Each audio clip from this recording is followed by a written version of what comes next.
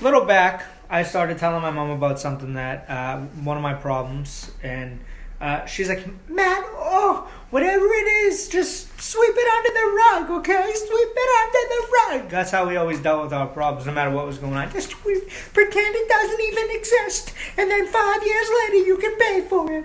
But she's like, "Sweep it under the rug." I'm like, okay.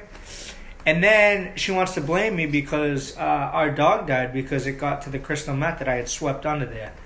Like, you can't give advice and then get mad if that advice is taken and just because something happened. You know that it's an epidemic when the sharks just can't put the needle nose fish down. Like, terrible. Just keep picking up the needle nose fish. And the dolphins, I know the dolphins are good. Like, they try so hard, like, going up to the shark. They're like, squeak, squeak. Whatever. I don't know what it means, but I think it's like, sharks, put those down. Those are so bad for you. Whatever.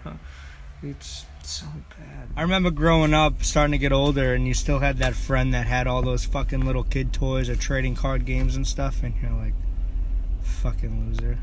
Now I'm older and like they still have that shit, and I saw like on a website like the value of that shit, and I like look at myself and I'm like, fucking loser. I used to masturbate constantly, and if you masturbate a lot, people call it a problem, like an addiction. I call it a fucking hobby. Like, okay, you play baseball, you play football, you play cards, you play the guitar. Why can't I play fucking penis?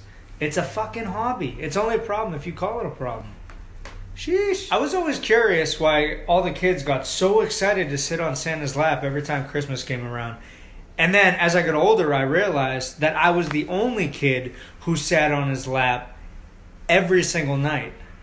And at first it was started like, ho, ho, ho, Matt, what would you like? But then as time went on, it was just whatever the fuck he wanted. He had such a big sack. I never saw any of the toys. The best part of waking up is 4 Dunkin' Donuts in your cup. I forgot the name of you. I'm sorry. I almost said Folgers. How funny would it be if someone traveled back in time and they found a dinosaur and they were looking at the guy that was with them, next to them, because there's people back there, whoever's cavemen. And they're like, oh my god, look at this. Oh my god, it's a fucking dinosaur. Oh my god. And then the caveman could talk normal for the sake of the joke. He was like, that's not even a dinosaur. That is poop. That's poop from the dinosaur.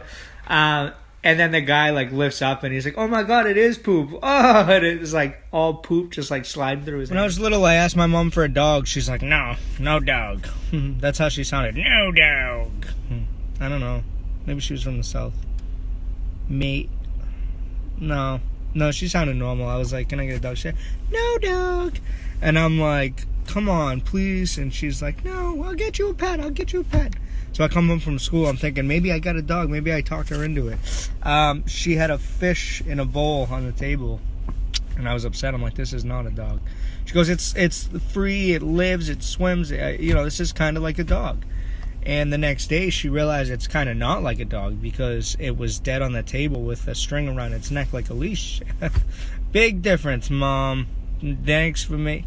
I killed that thing.